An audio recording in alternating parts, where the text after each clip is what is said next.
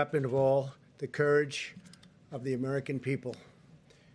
These have been trying times. A cruel virus from a distant land has unfairly claimed thousands of precious American lives. To every citizen who has lost a cherished loved one, your pain is our pain. We mourn as one national family. Our country has come together. We draw solace from the faith that God has received and the departed. He has taken the departed into his eternal and loving embrace. They will never be forgotten. Over the last weeks and months, millions of Americans have joined together in a shared national sacrifice to halt the spread of this horrible disease. The Army built field hospitals and sports arenas and convention centers. The Army Corps of Engineers is great.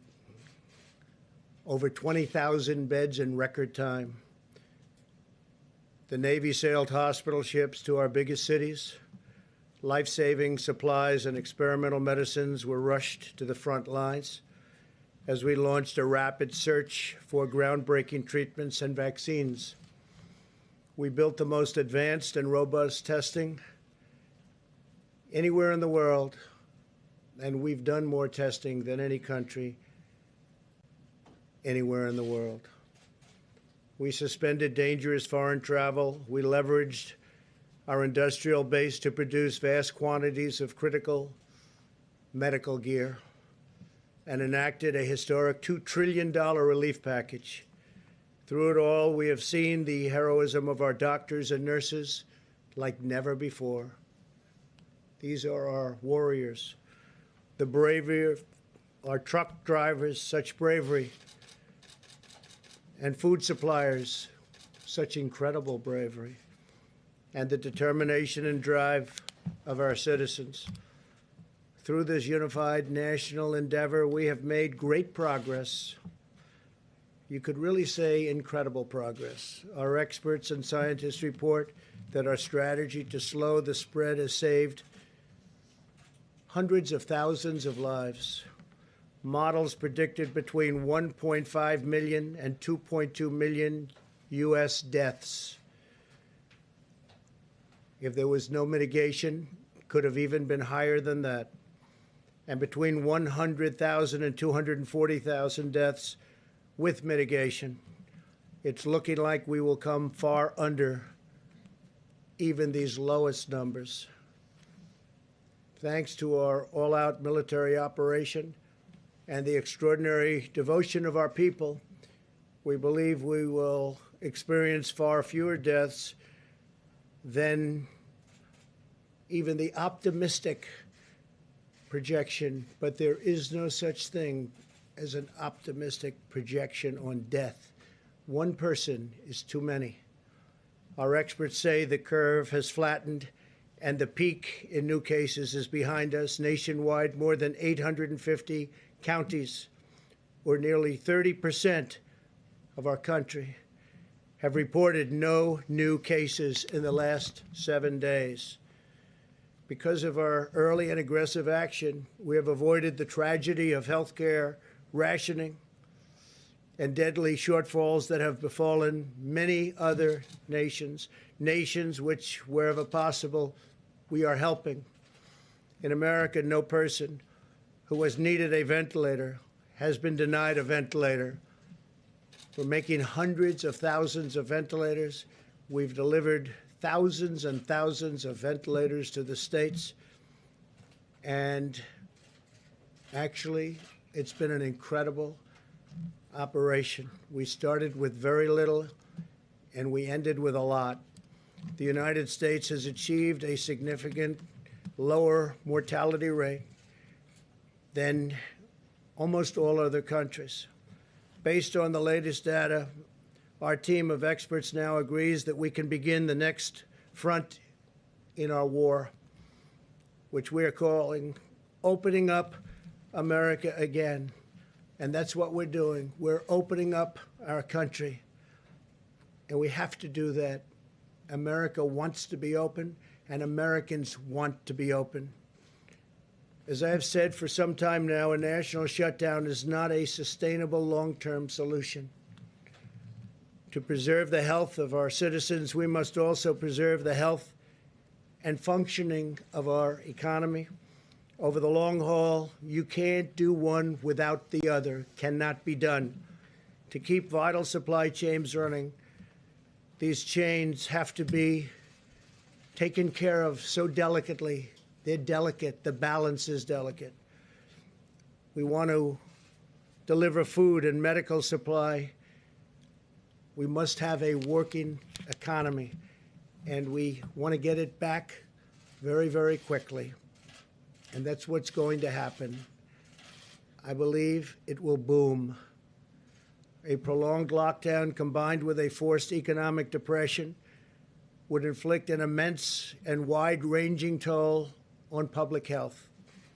This includes a sharp rise in drug abuse, alcohol abuse, suicide, heart disease, and many other dimensions of physical and mental well-being.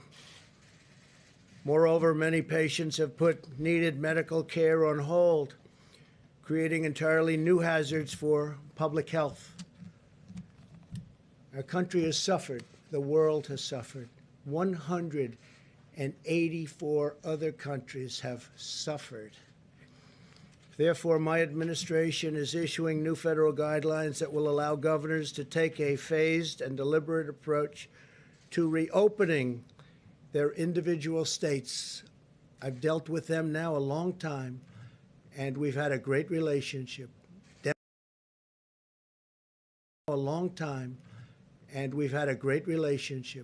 Democrat, Republican, the relationship has been good. This strategy is based on hard, verifiable data.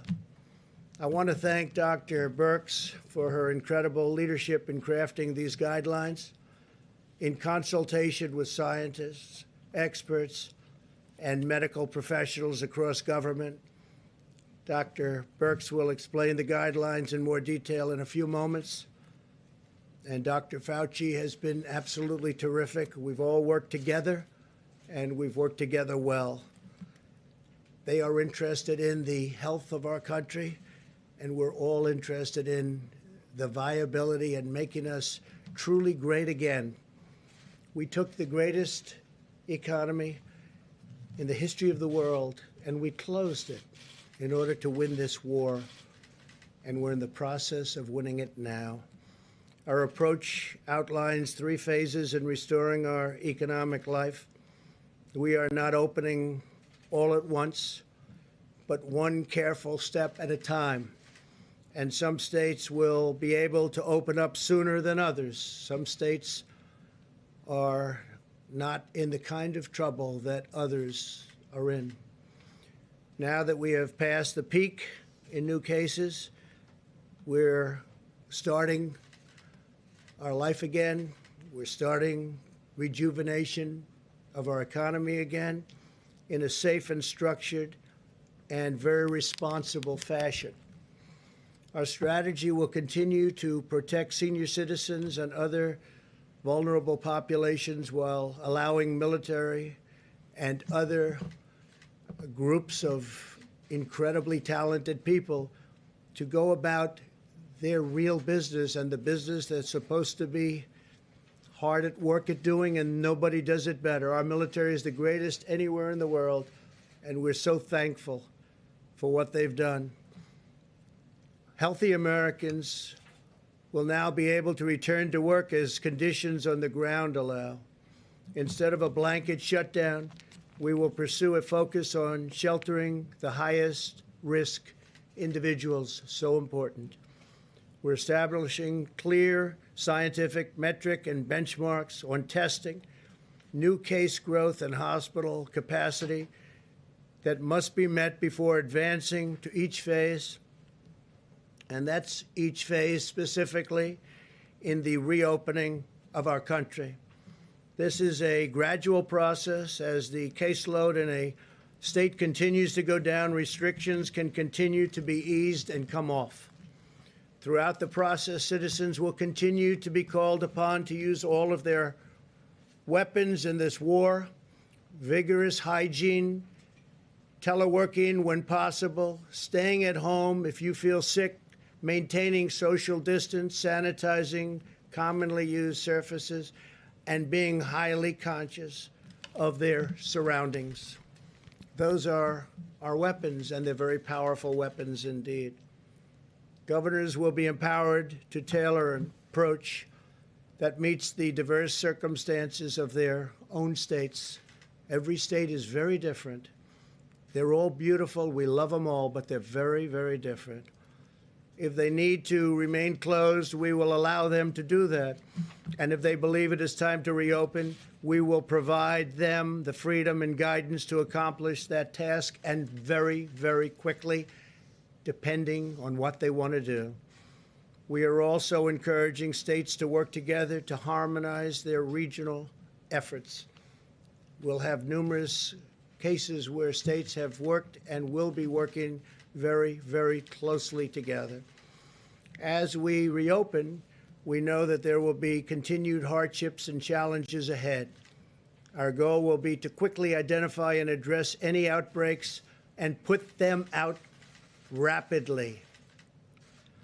If the virus returns in the fall, as some scientists think it may, possibly, these guidelines will ensure that our country is up and running so that we can likewise put it out quickly. At the heart of our strategy is the vital role of medical research, especially for therapies that will significantly improve outcomes for high-risk patients and reduce the need for urgent care. This will be tremendously valuable in allowing life to eventually return to normal.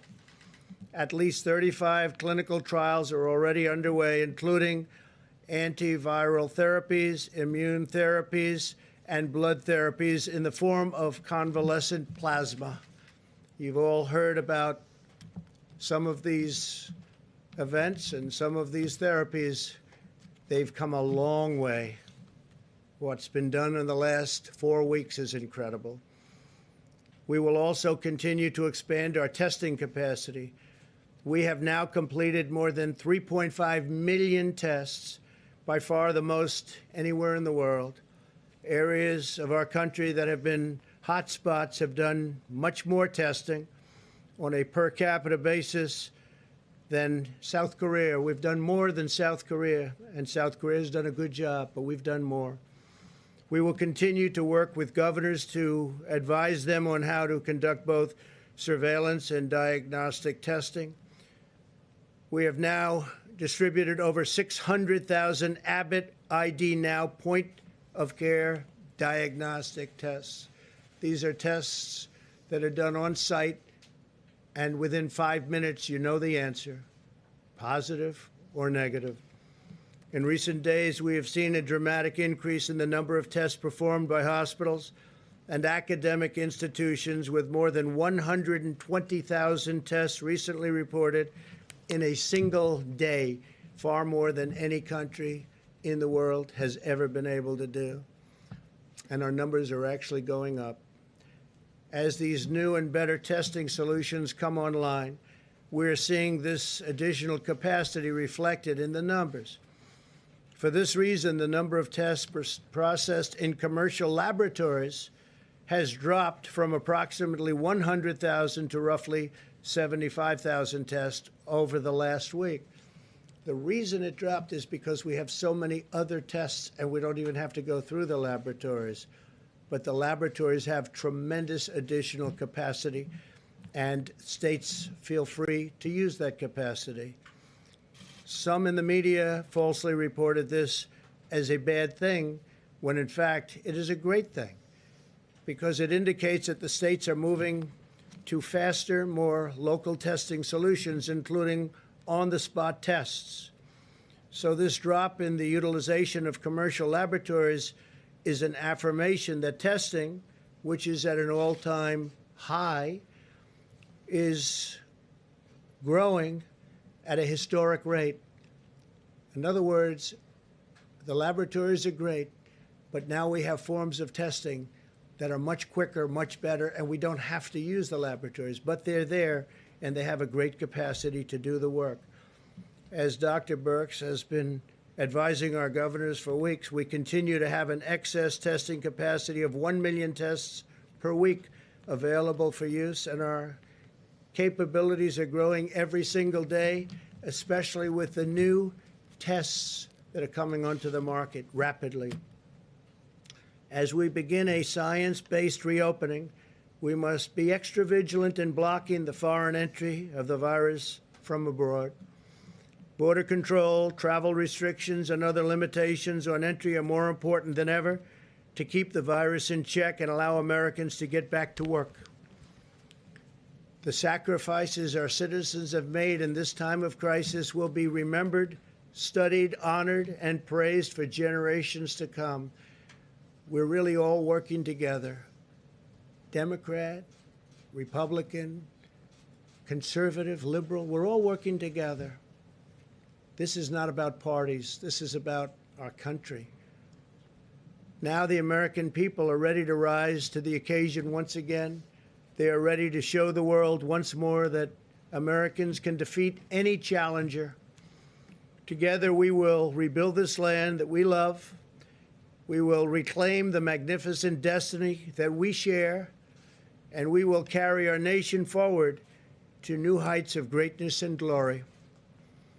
I would now like to ask Vice President Mike Pence and Dr. Birx to further explain the new guidelines. I want to thank Dr. Birx. I want to thank Dr. Fauci, and I want to thank really especially a man who has devoted 24 hours a day to his task force and done such an incredible job, our great Vice President, Mike Pence. Please, Mike.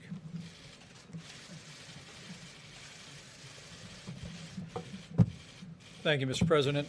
The members of the White House Coronavirus Task Force today joined the President to meet with a bipartisan group of members of the House and of the Senate to get their counsel on the development of what the President unveiled to America's governors this afternoon. The new guidelines for opening up America again are a product of the best science and the best common sense that the President has marshaled on this team and from a broad range of advisors from all across the nation.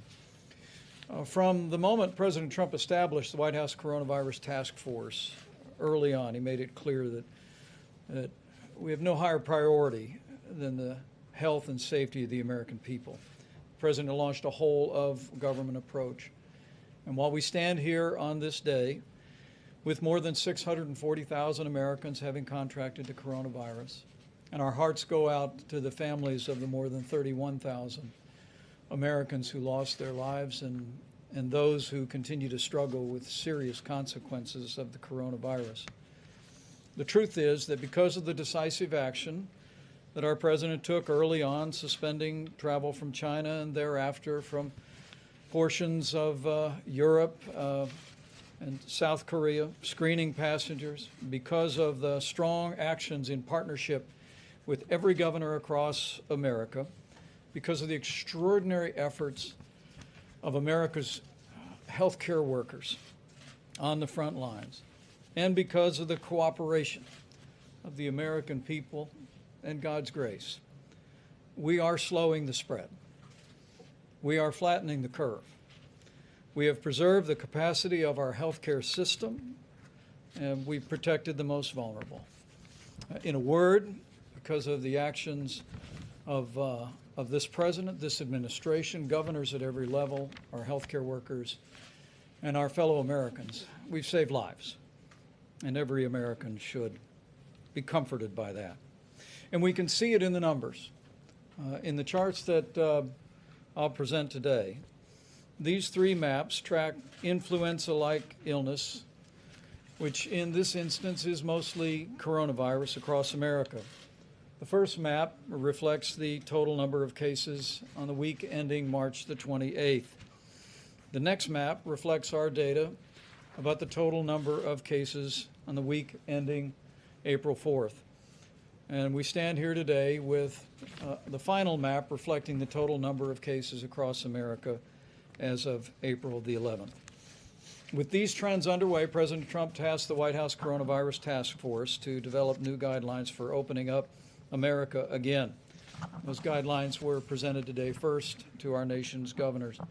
And it is our intention, at the President's direction, to provide these guidelines to assist governors and state health officials in evaluating the most responsible manner to reopen the economies of their states at a time and manner of their choosing.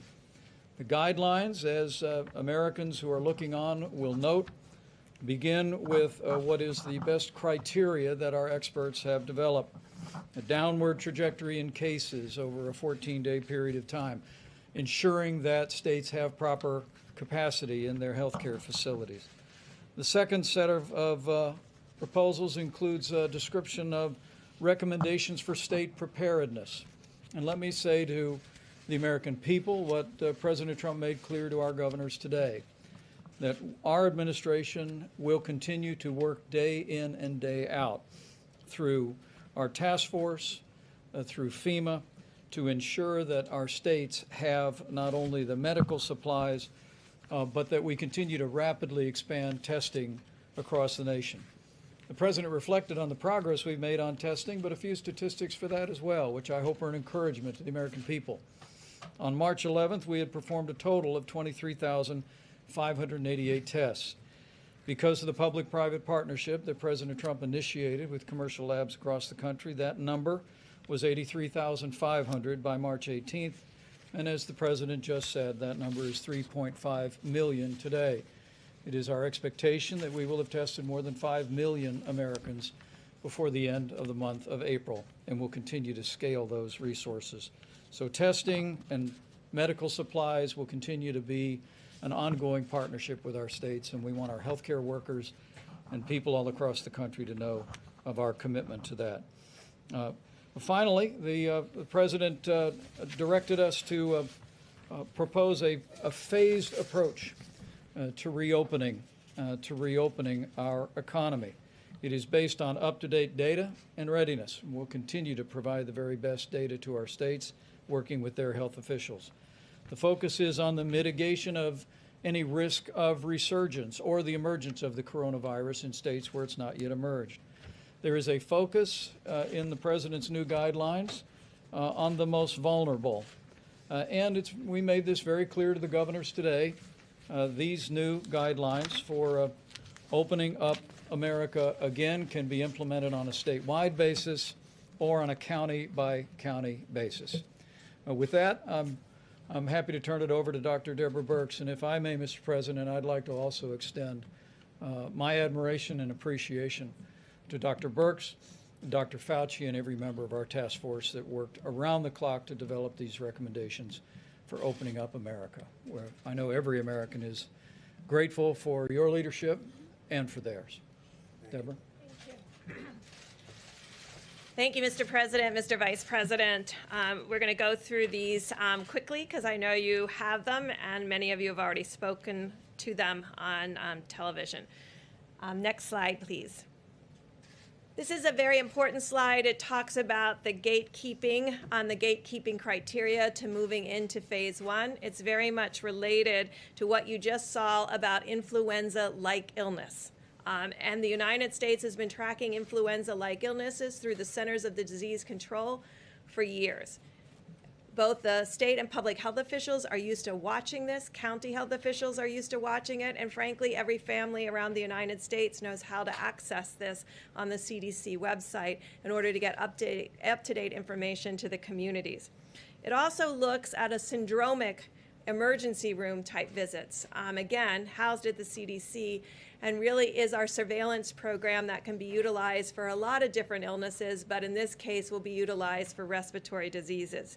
In addition, we are tracking the number of cases, and it must have a downward trajectory for 14 days, as well as the influenza-like illness and the syndromic illnesses, and a downward trajectory in the number of positive tests with persistence of high levels of testing. For the hospitals, it's to ensure that we can treat all patients without resorting to any crisis care.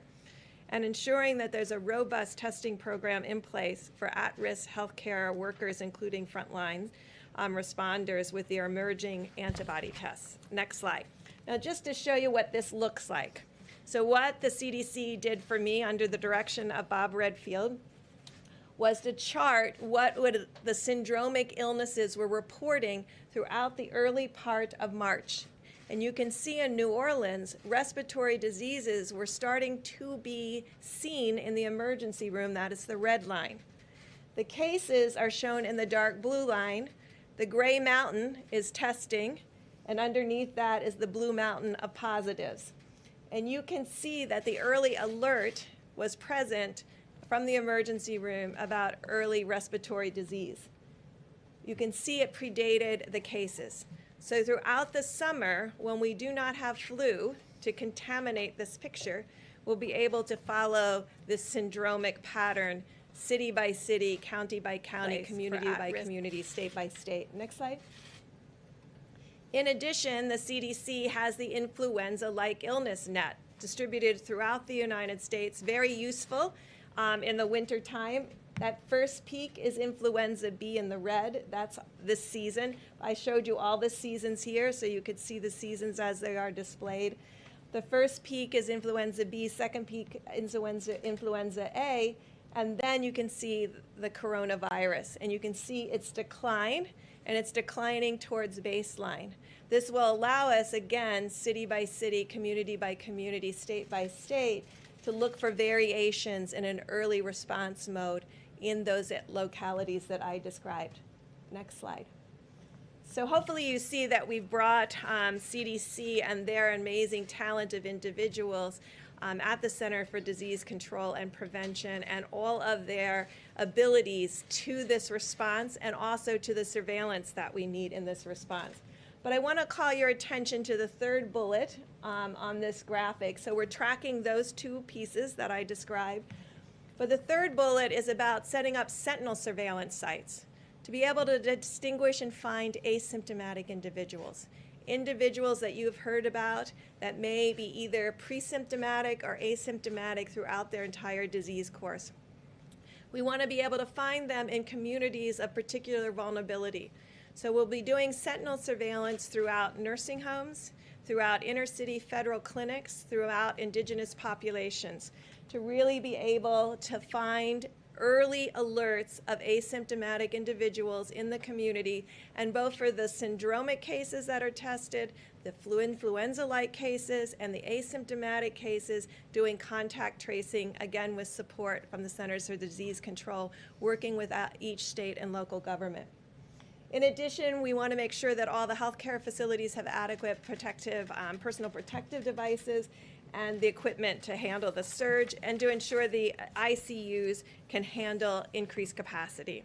We want every state to have a plan for the health and safety of its workers in critical industries and to protect the health and safety of those living in high-risk facilities, including senior care facilities, as we discussed with sentinel surveillance, but also additional surveillance. When we talked with all of the states that had not had a major metro outbreak, their sentinel surveillances picked up always the first cases in nursing homes. And so this is a very much a big focus of the plan moving forward. I won't go into the rest of the details on this slide, but there's quite a bit of details on the expectations of every state and local government. Next slide. You'll recognize this slide. Next slide, please. You'll recognize this slide. It's what we've been talking about in the 15 and 30 days to prevent the spread. It's continuing those critical hand washing or sanitizers, not avoiding touching your face at all times, disinfecting surfaces, using face covering while in public, following state and local guidelines, and critically staying home if you are sick. I know a lot of people go to the workplace when they are feeling ill. You know when you're feeling ill. It won't get better by going to work. So we're asking again for people to stay home when they're sick. Next slide is for employers. to ensure that there can be social distancing and protective equipment, temperature checks, use of disinfectant in high traffic areas, including break rooms, and ensuring that we don't do, there's no non-essential business travel, and then monitoring for any symptomatic individuals in the workplace. And again, if you become ill at work, to immediately to go home. And ensure that there's contact tracing of all the individuals that become sick. I'm going to go through the phases very quickly, but you have the details. Phase 1. Again, you have to go through those gating criteria related to 14 days of decreasing evidence of illness and decreasing testing despite adequate testing. So phase 1 begins with all vulnerable individuals, including those with comorbidities, continuing to shelter in place, and ensuring that those that first go out into the public are not those that are most vulnerable to bad outcomes in this disease. And then ensuring that we continue to do 6 feet maximum physical distancing in public spaces, continuing to avoid large gatherings, and all non-essential travel. For the employers, next slide. Again, if a vulnerable population needs to return to work and cannot be teleworking, there should be special accommodations for all vulnerable populations, as well as options for teleworking. We believe every employee should encourage work return in phases from 20% or 25% to 40% to 50%. And again, minimize all non-essential travel. Phase 1 continued. Next slide. If the schools are already closed, they should remain closed. All visits to senior living facilities and hospitals should continue to be prohibited. Large venues, including sit-down dining, can only be operated under strict physical distancing protocols and maintaining those 6 feet.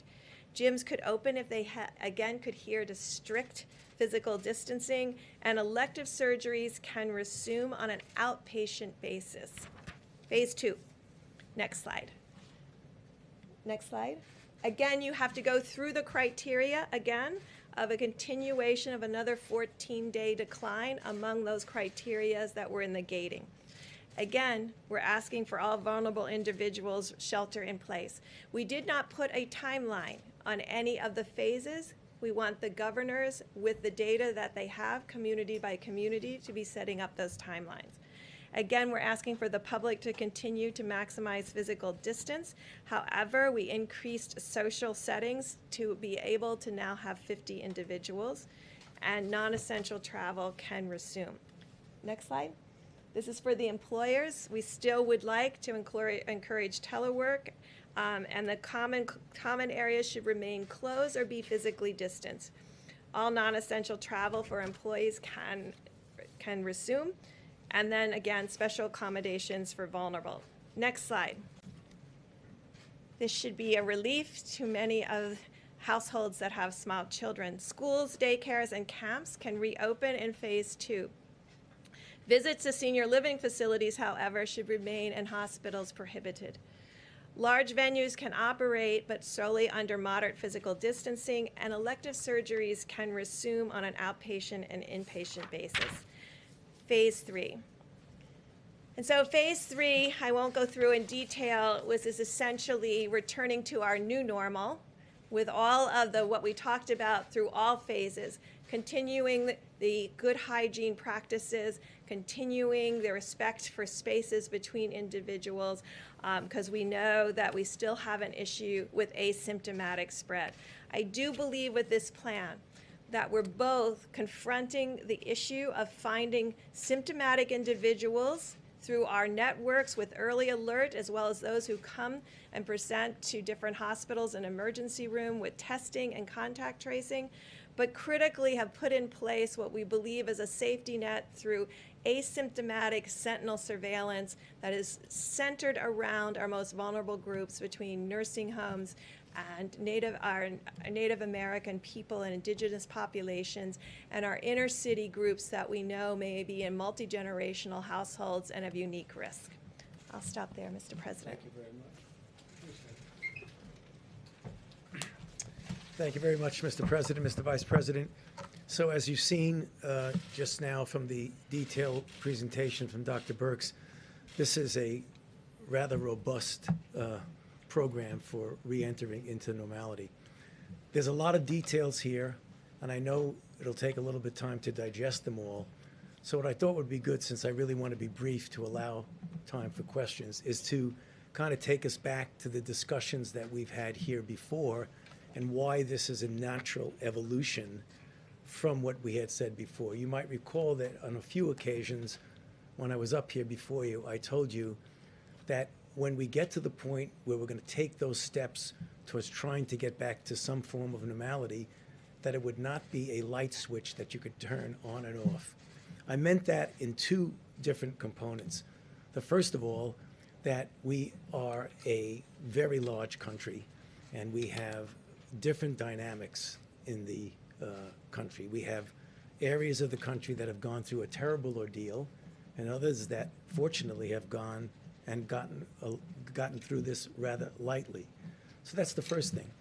The second thing is that light switch on and off is the exact opposite of what you see here, which is a gradual gradation with the first thing and the only thing in mind as the health people here, my colleagues who are either physicians, scientists, or public health issues, the predominant and completely driving element that we put into this was the safety and the health of the American public. And I know there are a lot of other considerations that go into opening, considerations that you've heard of right from this podium. But the dominating drive of this was to make sure that this is done in the safest way possible. So let me just make a couple of comments to just reiterate more from a broader standpoint the things that Dr. Birx did so well in a very granular detail. First of all, in order to even consider getting into the phasing, you have to pass a hurdle. And that's the hurdle that we refer to as gating in. Now, when you think about it and look at the map of the country and look at the differences in different parts of the country, you will see that there are some regions, states, locations that are going to be almost already into some of that gating and will have already fulfilled some of those criteria. Others, because of the dynamics of the outbreak in the area, will take longer to be able to do that. But you don't get to phase one until you get through the gating. And then in order to make sure that safety and health is the dominant issue, the design of the phases were just that. You go into phase one, if you get no rebound, and you satisfy the gating for yet again a second time, then you go to phase two. If you have no rebound and you satisfy the gating criteria for a third time, you go into phase three. So there are multiple checkpoints of safety there. So as I've said from this podium, when we were talking about the first 15 days of the mitigation, and then we extended it another 30 days, I essentially pleaded with the American public to say, let us make sure we do the best that we can to accomplish that. And in fact, mitigation works. You saw the charts that the Vice President and that Dr. Birx put up. It worked. And what we hope, and I believe we will be successful, if we carefully do this, again, with the attention to the safety and health of the American public, that we will be able to, it will be staggered.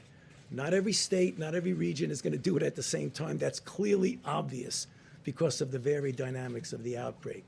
But we feel confident that sooner or later, we will get to the point, hopefully sooner, with safety as the most important thing, to a point where we can get back to some form of normality. The one thing I liked about it that Dr. Birx said so well is that no matter what phase you're in, there are certain fundamental things that we've done that are not like it was in September and October. You want to call it the new normal, you can call it whatever you want. But even if you are in phase 1, 2, 3, it's not okay, game over. It's not. It's going to be a way that we protect ourselves because, as we know, and as I've said from this podium, it may very well be, as we go the cycle around, that there'll be this virus that wants to come back to us. I think we're going to be able to handle that. Thank you.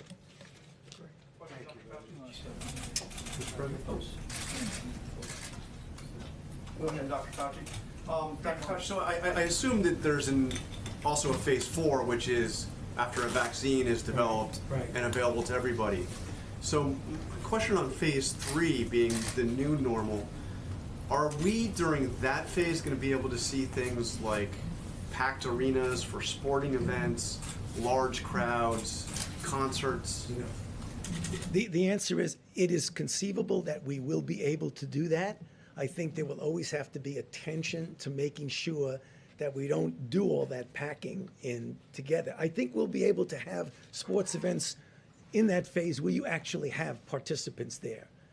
I'm not sure you're going to be able to do that uniformly and evenly temporally with everyone, but when people get to that phase, paying attention to the fact that if there is a rebound of any sort, that when you're in that phase, you can respond to that, or you put it back and go in the other way. So the flexibility is that there may be some setbacks. I mean, let's face it, this is uncharted water. There may be some setbacks that we may have to pull back a little and then go forward. But John, the direct answer to your question, I do see us getting more towards normal. Mr. President? Mr. President, if you take a look at the gating criteria as outlined in these guidelines, there are at least a handful of states, I just looked at the trend lines, Idaho, Wyoming, Hawaii, Montana, that look like they've already satisfied that gating criteria. Right. In your call with the governors this afternoon, did you hear back from any states who said, we're already there, we could start the process now? I did. I heard from a number of governors that said they're in very good shape. I also heard not only from the call, but I heard from some of the governors previous, and I think you'll have some very good things to report over the next few days about states opening up. And I think, John, having to do with your call on sports, depending on the area, depending where we're talking about, you're going to have large areas of our country where this has not been or has been totally eradicated. You'll be able to have those full arenas. Now, with everything being said, a lot of great work has been done on vaccines, but you have a testing process. Therapeutics, likewise, we have a lot of great things happening therapeutically. That will be a step further. But in terms of sports, they'll probably start off. As you know, I spoke to the commissioners yesterday, almost, I guess, of every sport. And many of them are going to be starting without the fans. So it'll be made for television, the good old days, made for television. And it'll go that way, and then fans will start coming in. Maybe they'll be separated by 2 seats. And then ultimately, we want to have packed arenas. When the virus is gone, we're going to have packed arenas, and we're going to be back to enjoying sports the way they're supposed to be. And the same thing can be said for restaurants. So at a certain point in time, when the virus is gone, we're going to be back to normal. Mr. President, Please, go ahead. Mr. President and the doctors, can you clarify then, is the 30-day period to stop the spread, are those mitigation efforts still in place, or have they been replaced by this new guidance? Well, they're going to be in place to a large extent, and it also depends on the governors what they want to do. You have very different states. If you look at Montana, Wyoming, North Dakota, that's a lot different than New York. It's a lot different than New Jersey. So it's going to be very dependent on the governor. We're recommending, as you see in the charts, we're recommending certain things. They'll be in place dependent on what the governor wants to do.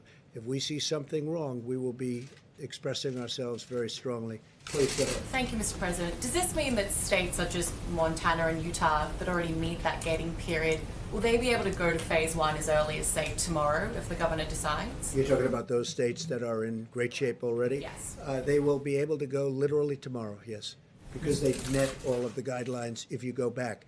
You're going back 14 days. You're going back even a month.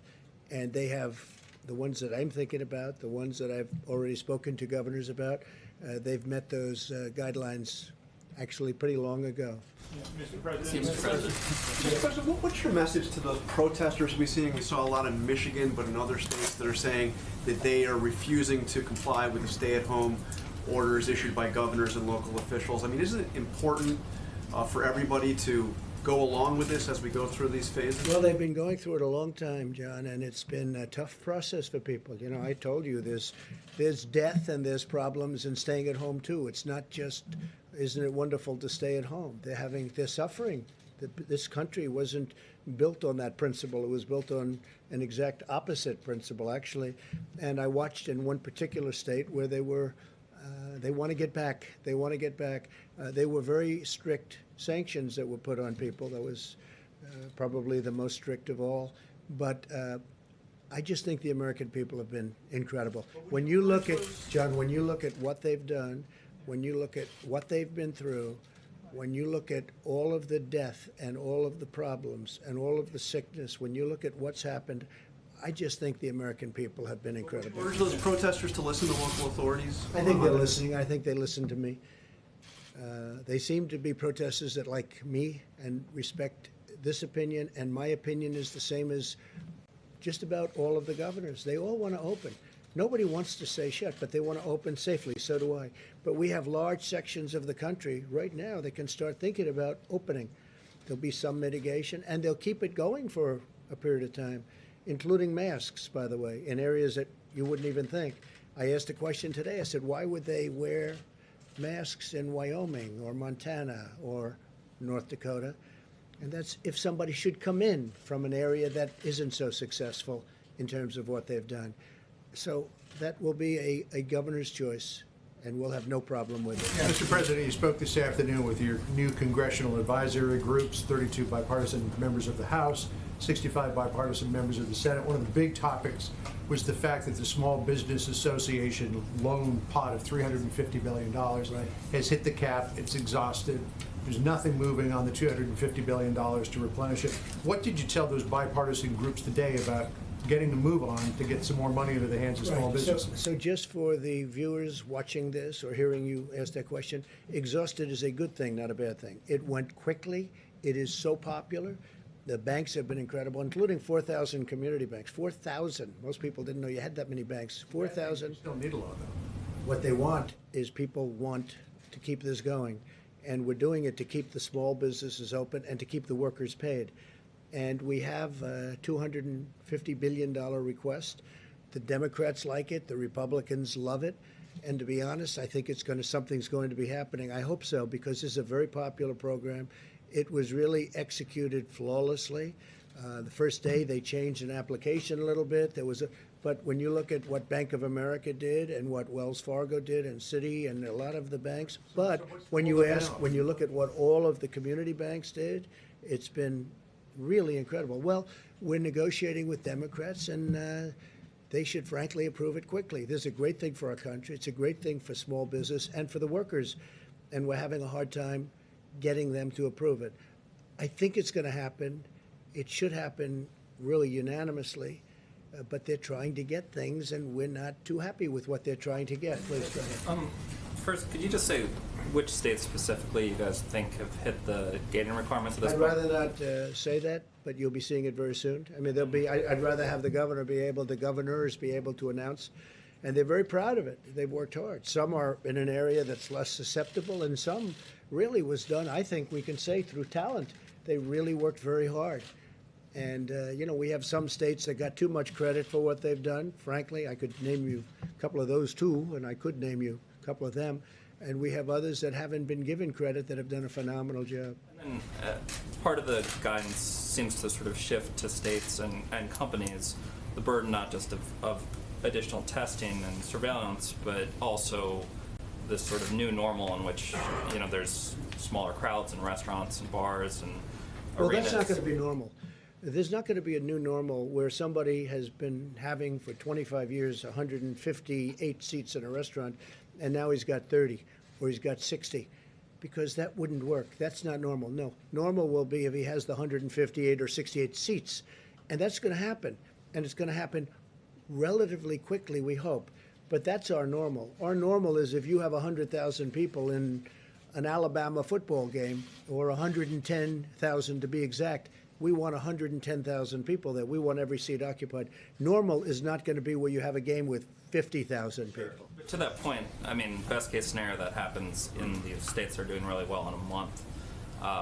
Obviously, for I think a lot of other states, it's going to be longer than that. So my question is, what is the federal government going to do to sort of help, especially companies, but states and local governments in those positions, to pay for what is now going to be an even longer extended? We're going to be watching over. We're going to see that everything is working out smoothly. We're in very strong communication with the governors. We're going to be helping with testing. They're going to be doing the testing. It's got to be a localized thing, and it really has been since I've been involved, because I came in and federal government's supposed to do testing of parking lots in the middle of a certain state that's 2,000 miles away. It's ridiculous.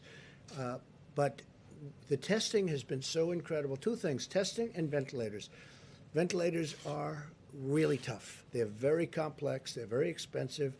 They're, very sophisticated machines. Some are unbelievably sophisticated. Well, we built, you saw General Motors yesterday, thousands are being issued.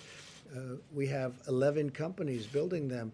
We have not had one complaint in the last week and a half, which is surge time. Don't forget, when they were calling because in 2 weeks and 4 weeks and 5 weeks they're going to need ventilators, not because they need them right now. And we were right on our counts, and nobody that wanted a ventilator didn't get a ventilator. Plus, we have additional, if there is a surge. We hope there's not going to be a surge at all. But we're going to be able to build up the stockpiles of states who didn't have them, who should have had them. And we're also going to have a big stockpile in the federal government. And we'll be able to help foreign countries that need help. Because you have countries will never be able to build a ventilator. It's tough stuff. We're uniquely talented in the sense that we can do things that nobody else can do. We'll get right back to you, John. Peter in the back. Peter? Thanks. So you said you didn't want to name the states that might be ready to go. Can you give us some, or maybe the experts, Dr. Birx and Dr. Fauci, give us some sense of how many yesterday?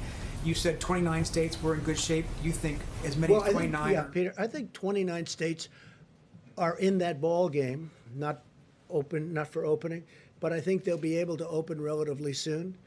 I think the remainder are just getting better. Look, New York, New Jersey are having very tough times, and they'll be there. They'll be there at some point, but they're not going to be one of the earlier states. They're going to be later, obviously. I just spoke with the governor of New Jersey. We just spoke with Mike and a couple of folks, and we had a great talk with him. Phil is a terrific guy. He's working very hard, Democrat, but we get along. He's working very, very hard. I guess the fact that he's right next to this big, massive city where everybody's very closely, they're together. And New Jersey's been hit unbelievably hard as hard as anybody in the true sense. But they're doing a great job in New Jersey. But that doesn't mean, Peter, that doesn't mean that they're going to be opening next week. That's not one that's going to be. But we have a lot of states that, through location, through luck, and also through a lot of talent, we have states through a lot of talent are in a very good position, and they're getting ready to open. And over the next very short period of time, it's going to be up to the governors. We're going to work with them. We're going to help them. But it's going to be up to the governors. I think you're going to see quite a few states starting to open. And I call it a beautiful puzzle. You have 50 pieces, all very different. But when it's all done, it's a mosaic. When it's all done, it's going to be I think, a very beautiful picture. And very important is what Dr. Fauci said. It could be that sometime in the fall, there'll be some flare-ups. We're going to be in a great position with everything we've done and everything we've learned. This was something that nobody ever saw before. Such contagion and very, very powerful. People don't realize, because we all probably have friends. I have a number of people that were just great people who were just decimated by what happened. Some are dead right now. They're dead. They went into a hospital. One called me. He said, I tested positive. 4 days later, he was dead. The following day, after he said that, he was unconscious. So this is a tough deal. At the same time, some people got sniffles and they didn't even realize they had a problem. And they are supposedly immune. We're going to find out about that. Even that's a little bit soon, because we don't know how long the immunity lasts. But, Peter, some states are in great shape, and they're really in great shape to open. And I think you'll have quite a few states opening soon, and they're going to be very vigilant. They're going to be very careful. The public health experts have said that this would be better done if there were comprehensive surveillance testing, which we're obviously not in position to do. I wonder if maybe Dr. Birx and Dr. Fauci could tell us whether they feel comfortable. Dr. Fauci and I will do it together. It's why I wanted to put up the syndromic and the influenza-like illness piece, because what is key in this is the early alerts and getting in there before they even know they have a problem. And I think CDC has been remarkable in building these platforms. Dr. Redfield integrated them, so they're all on the same website. If you look at COVID-19, if you go into cases, you can find all of the data. And the beauty of it is the states are used to utilizing that through flu season. So the testing and contact tracing, and Dr. Redfield will be putting people in every single state to make sure that CDC is standing beside the state and local health officials to make sure that all of those cases are immediately identified and contact traced. I think what's new and what's really critical is this constant sentinel surveillance for asymptomatic individuals in communities that we know are particularly vulnerable. And that hasn't been done in flu before. And I think that's going to be the added dividend that's really focused on who is most vulnerable and how do we get the fastest alert by generally screening people without symptoms. So people who are just coming to the clinic will be screened for COVID-19. And we do have enough testing capacity to do both that surveillance piece as well as the diagnostic piece and contact tracing. Just a follow-up. No, actually, people have gotten confused about that because in the beginning when we were focusing really on just mitigation and really trying to keep peaks down and trying to worry about ventilators and PPEs and things like that, when you get a little bit more grace period, you can start figuring out what is the penetrance of this virus in society. What are we missing in people who might be infected? What is the percentage of those people that are out there? That's going to inform us greatly for a number of things, including the level, once we prove that antibody test that you have is really protective, and we still don't know that yet. We're going to find that out. We may get a good feel of what the level of protection might be in society, but we don't know that yet. So it's going to give us information as to what the vulnerable areas are and how we need to respond. Remember, there's two types of things: antibody tests and tests for the diagnosis of who has the disease. One you need for contact tracing, the other you want to need for finding out what's in society. We're going to have both of those much, much better as we go in the next weeks and months, and by the time we get into the fall, I think we're going to be in pretty good shape. Mr. Peter, President, on I the just small have to business say loans. that as we see a hotspot possibly developing, maybe not, but if we see a hotspot developing, we've learned a lot. We'll be able to suppress it, whack it. We'll be able to do things that people weren't even thinking about because nobody's ever gone through this. In 1917, they went through something that was similar, probably not as contagious, probably more powerful in certain other ways, but we are going to be able to suppress it, we think, and we're going to watch it very closely. We're going to be able to watch things very closely. Please. Mr. President. Yeah, Bob, please. Thank you, Mr. President. I think what's really important is during this bringing people back to work and our economy back to work, and what's going to go back is that we're going to be very aggressively focused on early case recognition, isolation, and contact tracing. In the event that we just went through, unfortunately, as we started, we were very capable of doing that. When the initial cases all came from China, all the way through January, all the way through to the end of February, we were able to identify cases early, the first 14, do the contact tracing, over 800 contacts. We identified that 2 of those contacts were actually infected. We were able to isolate them. We were able to contain the outbreak. We're about to enter a new phase of this where we're going back to containment. And mitigation is going to continue, as Dr. Birx and others have said. Some of the things that we've learned to do, we're going to continue. But the major thrust of how we're going to control and make sure that we continue to keep this nation open is early case recognition, isolation, and contact tracing. That's the fundamentals of public health. That's what we're going to do. You see, we have very good surveillance systems that are going to help us. As we see these cases sporadically across the country, we've got to jump on them with early diagnosis, isolation, and contact tracing. That's what CDC is going to continue to help build that capacity in the states across this nation. Mr. President, I could just follow on. And one other thing, because we discussed this today with the senators, we had the congressmen and women. There'll be some areas of our country, wide open plains, wide open spaces, with not that many people, relatively speaking, where you're not going to have to do that. Senators were saying there is no reason to do that in certain states and certain areas where you have the wide open. In other cases, we will be doing that. So we'll be following it. Largely, that also will be a function of governors. They know their states. So largely, that's going to be a function of governors. Yes. Yeah, you mentioned I think you used the term clear scientific benchmarks on testing. And the main periscope that I think you guys are talking about is the ILL syndromic as well as the surveillance and the sentinel testing. Yeah. Are you opening things up then without doing, I just want to be clear, are you opening things up without doing widespread testing? Is that because you don't have the capacity or you don't think it's necessary? We do have the capacity, but you have states without any problem. You have states with few cases, and those few cases have healed. You have states with very little death, relatively speaking. As I said, one is too many, but you have states with very little, and frankly, they're at a point where they have almost nothing. So this is a much different case than a New York or New Jersey, where they're going through, frankly, they go through hell. And if you look at New York, I'm looking at bed count, because you have to look at bed count, and it's really dropped. We built the Javits Center with 2,900 beds, and it was, I mean, they built it in 4 days. They did an incredible job, the Army Corps of Engineers. It was not used very much. We sent the hospital ship in to New York Harbor, and it was not used. Then we went COVID, and it still was not used very much because the bed count has gone way down, way down.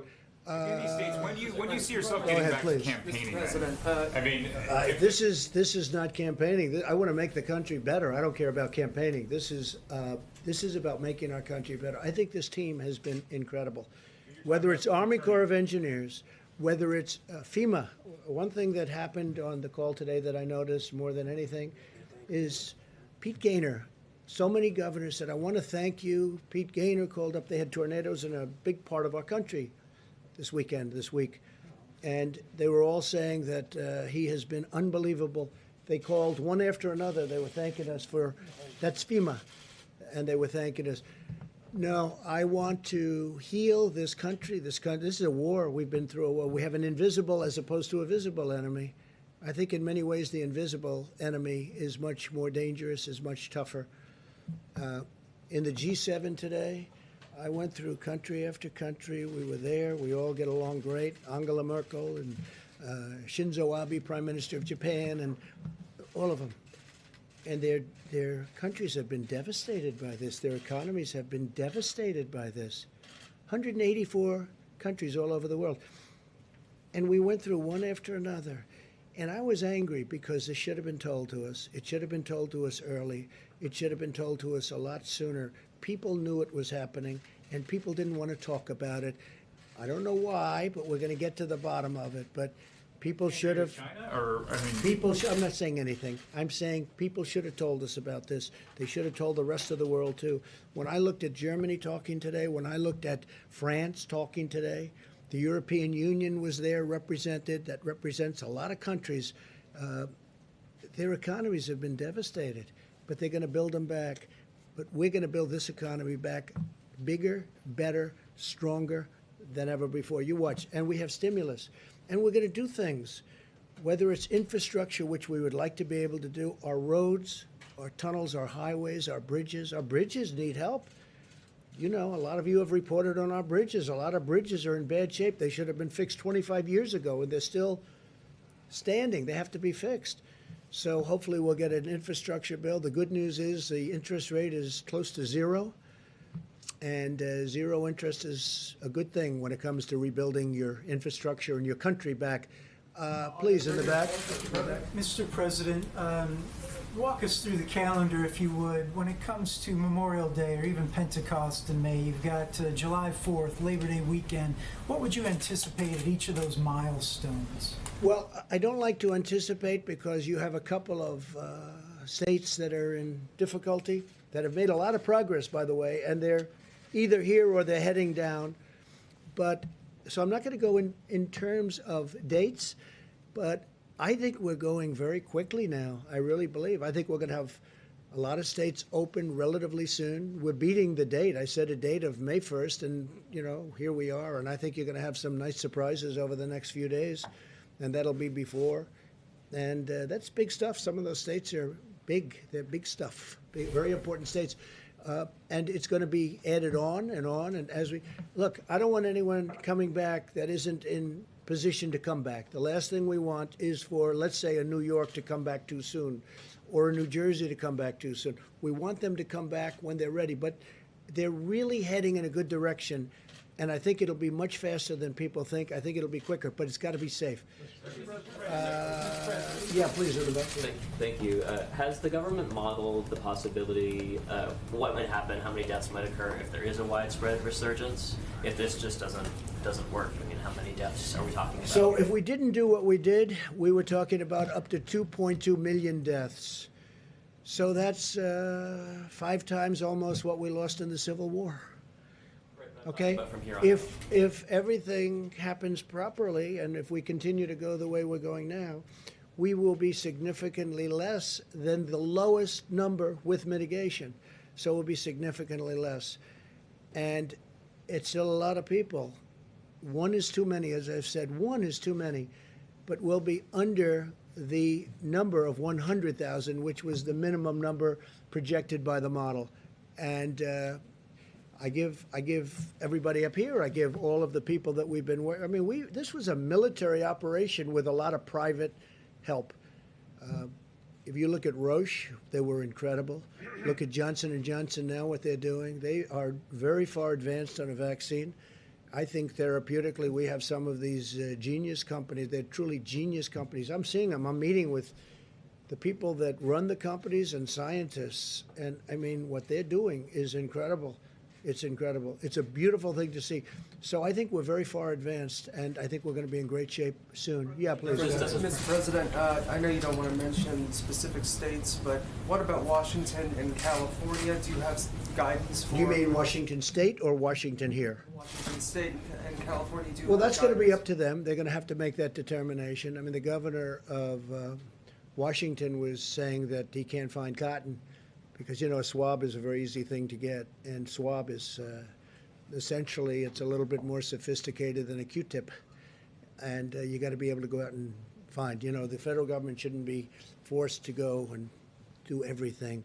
What we've done is incredible. What we've done are the ones that can't be done, like, for instance, the ventilators that can't be done by anybody but a very powerful, very great manufacturing country, which is what we are and what we're really getting to be. And I have to tell you, some of these companies, what the job they've done, and we're going to recognize them pretty soon, the job they've done in terms of getting out, in particular ventilators, because ventilators are so hard.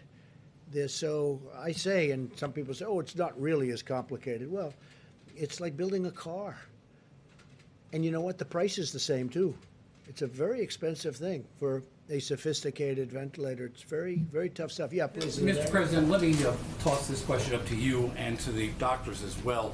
Truthfully, for those states that aren't ready to go to phase 1, to get through these phases, do we have an idea of how many millions, tens of millions of tests they're going to need for them to get through these phases? Any number out there? Tests of any sort?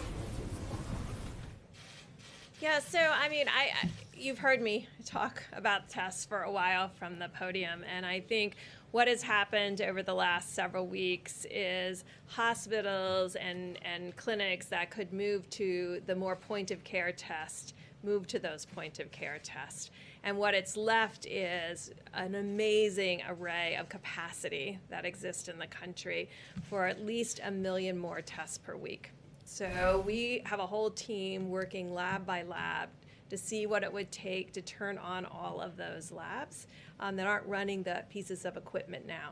So you see in the system, I just said to you, there's 1 million more tests per week, that we have tests sitting there and equipment sitting there, and now we have to really deal with each single lab to really figure out what they need. And I just want to thank Administrator Verma, Seema Verma, who went through with us, and thanks to the lab directors, they really explained to us highly technical difficulty to run some of these big pieces of equipment, because you have to aliquot the samples, you have to centrifuge, you have to put them on the machine. It takes a tech full time.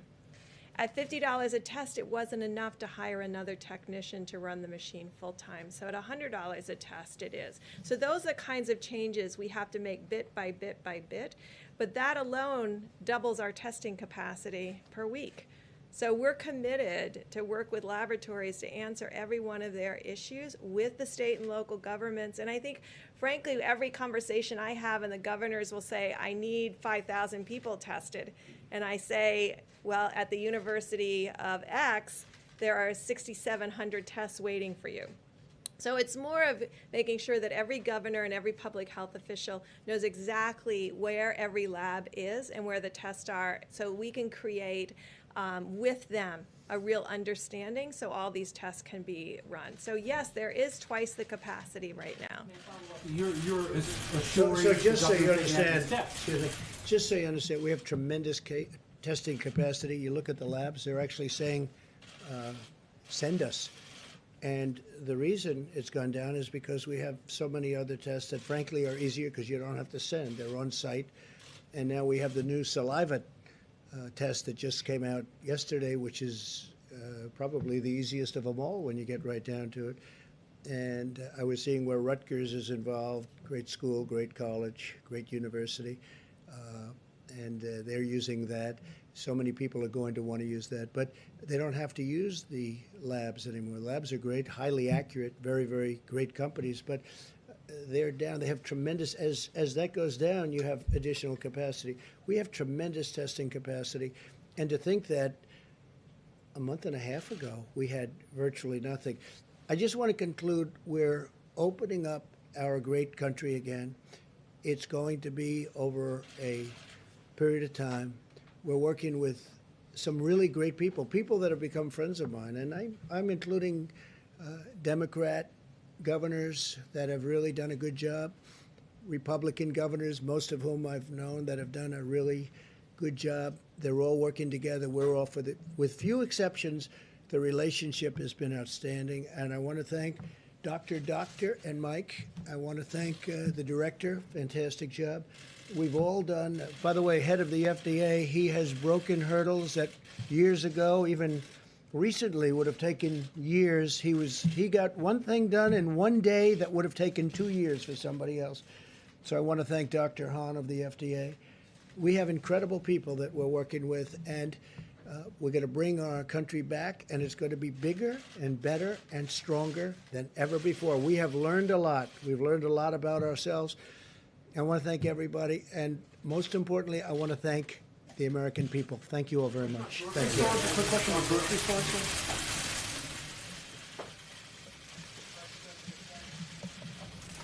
Vice President, Kroger grocery stores asked grocery personnel to be